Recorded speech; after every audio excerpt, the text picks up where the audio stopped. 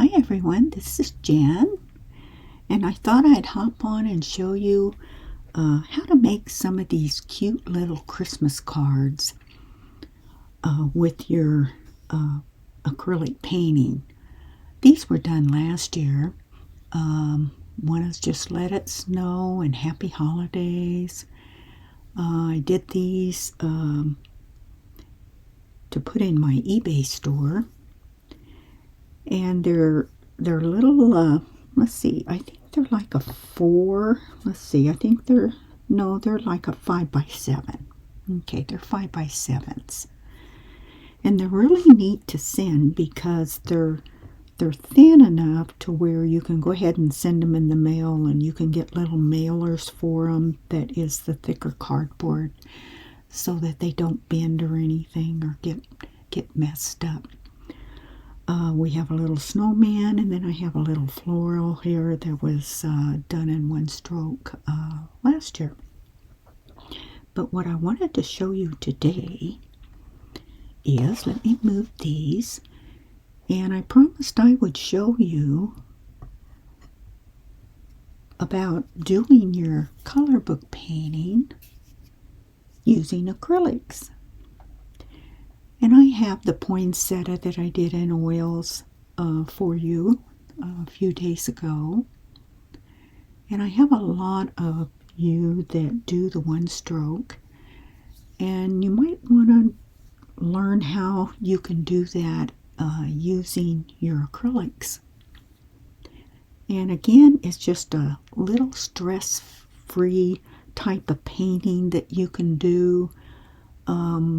You don't have to worry about, because I know when we're practicing for everything, for certifications and different things like that, and you're doing pages and pages of strokes, sometimes you just need to get away from that just a little bit and do something that isn't as stressful that you have to really think hard about doing your strokes, perfect strokes for different things that we're doing.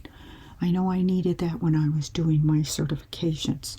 So this is why I'm showing you this color book painting, because you can show your grandkids or friends or anybody how to do this, and it's just a little stress-free type of painting. So I have I have a filbert here. This is a Donna Dewberry. I believe it says 8 on this handle. Sometimes I can't read the handle here, what it says, but I think it's an 8, either a 6 or an 8. And I also have the palette here. Now, I've had these paints in this palette, weeks. This is a great little palette if you need one and you want to save your paints. I've actually had these paints in here sometimes a whole month, and I come back to them and they're still wet. So make sure you get you one of these, because they're really worth their money to get these, because I don't like to waste my paints, and I like to keep them damp so that when I'm ready to paint, I paint in sessions. I don't sit and paint for hours and hours. My poor body just won't let me sit that long. So I paint in sessions. It might be 15 minutes, might be 30 minutes, whatever, and I get up and I go do something else, move around. I might not even come back to it for another day.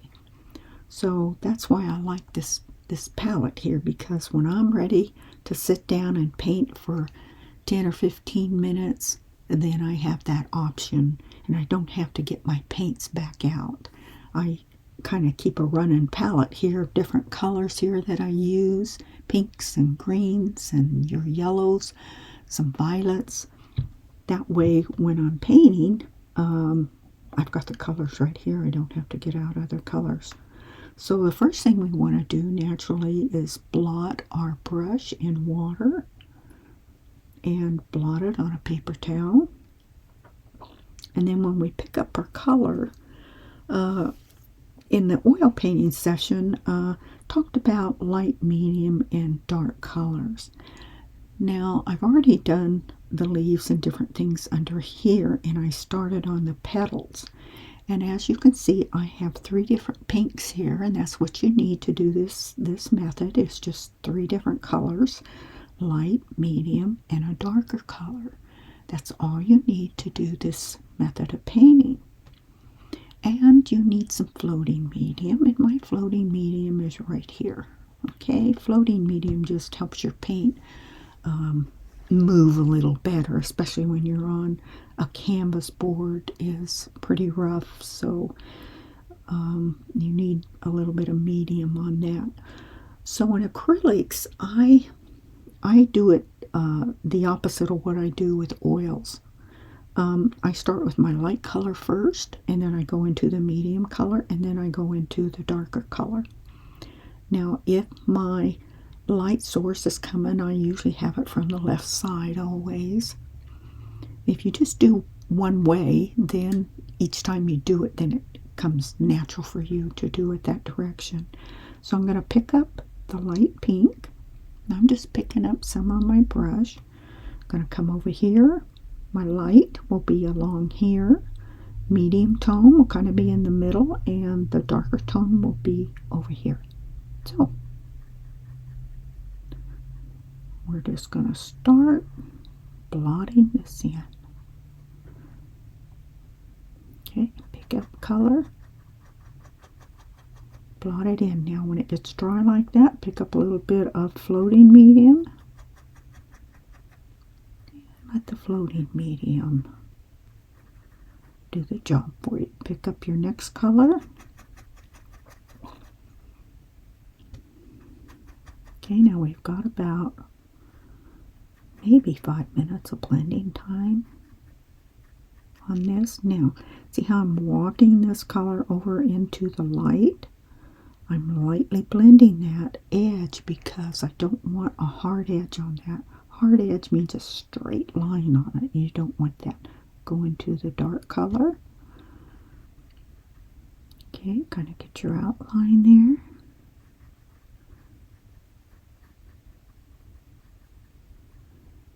Now notice this color isn't as dark as what is under there. Okay, now once I finish with the dark, I'm going to blot my brush on a paper towel. Just wipe it off. Now I'm going to come back in, and I'm going to just work that color. If your color isn't moving, pick up a little bit of floating medium and walk that color to where you don't have a hard edge. And you have to keep wiping your brush off sometimes. I don't see that hard edge right there. I want to blend that back down. No hard edges on this. It's going to be kind of a watercolor effect, actually. Now I want this lighter right in here, so while it's wet, I'm going to pick up a little bit of the white, put that right on the top there. And it's blending because it's still damp under there, so you have to do it while it's damp. Okay, so there's an edging on that. Take that white off of the brush, come back in, pick up a little bit of float. I'm going to use floating medium to blend that back edge. Back edge is this one right here. Okay.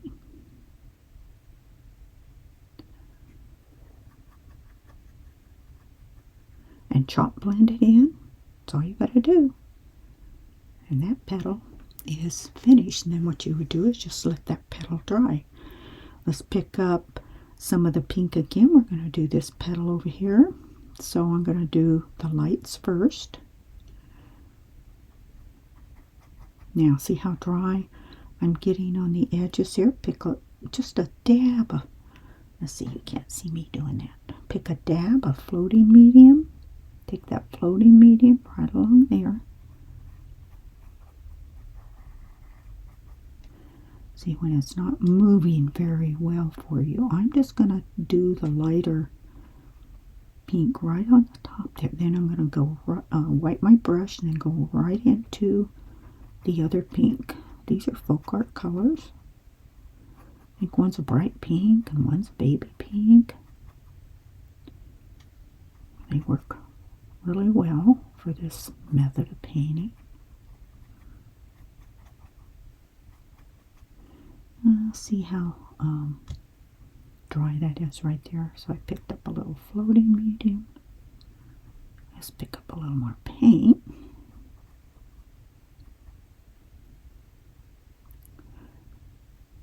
Once it's moving, just use a soft touch to blend it. Now let's go into a little deeper tone. Let's go into this one right here. Put this darker color on this dark edge here. Little float. So it's pulling with me. Okay, wipe your brush off. Now come back and chop blend that together. Real light touch when you blend, otherwise you'll take your paint off. Alright, now I want to add more of a highlight right up here. Pick up a little white. There we go. Get some white on there. Okay, now once you get your white on there, wipe that off. Come back. You can use a little float on your brush and just chop blend that white back in there. See how I'm not blending up in here because I want to leave the color on there. I want that highlight to remain on there. Oops. Okay, I'm going to pick up some water and I am going to rub this off because I picked up and went past my line, so you can just take your brush with a little water as long as this under here is dry. Here we go. Okay. Alright, now see, this one's already setting up and starting to dry. Now once it starts to dry and set up, you don't want to go back in and mess with it until it's completely dry. Then you can come back in and you can reapply some of these areas.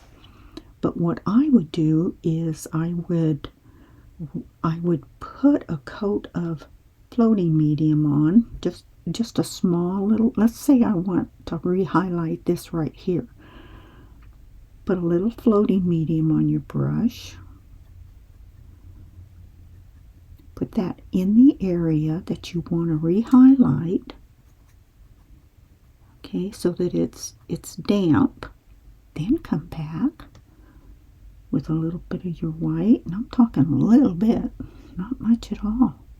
Then come back and reapply that white for a stronger highlight. But if you don't apply the floating medium to it first, then you're going to get a dry blend, which is fine, but it makes it harder to fuse out that back edge. Okay, the same thing here. You know, if I lose my highlight area, just come back after it's dry. See, and I can just pity pat that highlight area right there. And I can come back and add different colors to it. You can just piddle with it. You just have to do it in layers. Okay, so this is a nice, quick, and easy method. Just grab you 3 different values of colors, whatever color you want to paint in. Put them out, block them in, and fuse them together. Softly fuse them together, and then you continue painting. Okay, now the only thing that I need to do on this is do the center part here, but you can see how I even came in and walked out my color. I came back in with some floating medium, just like we did when we're want to refloat this. Put your floating medium on here. And you can pick up a little bit of green or pinks. Let's say I want a little bit of pink. And I'm talking just a hair of pink. put that floating medium down, and you can come back and just float in color. I don't know if you can see that or not. Let me put this up here. There we go. Once you have that floating medium on your dry canvas, then you can come back and you can add other colors to your background. Pick up a little pink, come over here to your palette, work it into your brush. Now see how it picked up that little bit of pink there? You can work different colors into your background like that. Real easy, real simple. You don't have to fuss with it. Okay. Now I'm going to go ahead and finish out this little painting. Let's see, let me come down a little bit here. There we go. So that you can see it when it's finished. I just need to go ahead and put the centers in. And the centers are going to be just dabbing in some color here. Maybe some yellow and the dark green. And I would put the dark green color in first. You could use your little kiss tool or back corner of your brush. Dab in dark green first. Let that dry and then come back with some yellow. And let that dry. I would show you, but it'd be a little bit before it would dry. And I don't know if you want to wait that long to see the centers on that. But I do have the oil that I had. See, in the centers are just little dots. So you can use the back end of your brush to put those in, or you can use your kiss tool. And I never have it here when I need it. It's over on my other table over there. Okay, so that's how you would just dab those in. Now the only thing that you might want to do is on these, you might want to add your veins. I don't know if I want to add the veins to this or not. I'll have to think about it and see if I want to put some veins just like I did on the green. But I would use a liner brush to do that, and you'll need a liner brush, and you'll need your water. You know, you need to thin it down in the water. But I want to be sure this is how I want these to come out. I just want to come on and show you how you're gonna pity pat your color book painting, because everyone was wanting to know, how do you do this in acrylics? Well, this is how you do it. It's a lot of fun. So let me know how you do if you try this method of painting. Just have fun with it, okay? And enjoy your holidays and paint you up some pretty little Christmas cards. People love things that you do rather than go out and buy a card. Make it special for them. And then you use your little stamps, your little ink stamps, and you put Happy Holidays or something, or you can write it using your pigment pen here. You know, your, what is this? The Identa pen. You could use this to put you handwrite your little titles on. Well, I don't have, my handwriting's not that good, so what I used was just a stamp. I bought some stamps and some ink, and I just stamped it on there after all of this was dry. See, there's one that says "Let It Snow." And then I went ahead and sealed all these cards, with your water-based varnish, your folk art water-based varnish. And then what that does, it brings out all the colors. Some of them might be a little duller than others, and it brings all these colors out to where they're really, really shiny and pretty. It's okay. Have fun. Let me know what you do. Okay. Bye. Take care. And I might have a video next week. I'm not quite for sure yet. Anyway, like, subscribe, and share. Okay. Bye.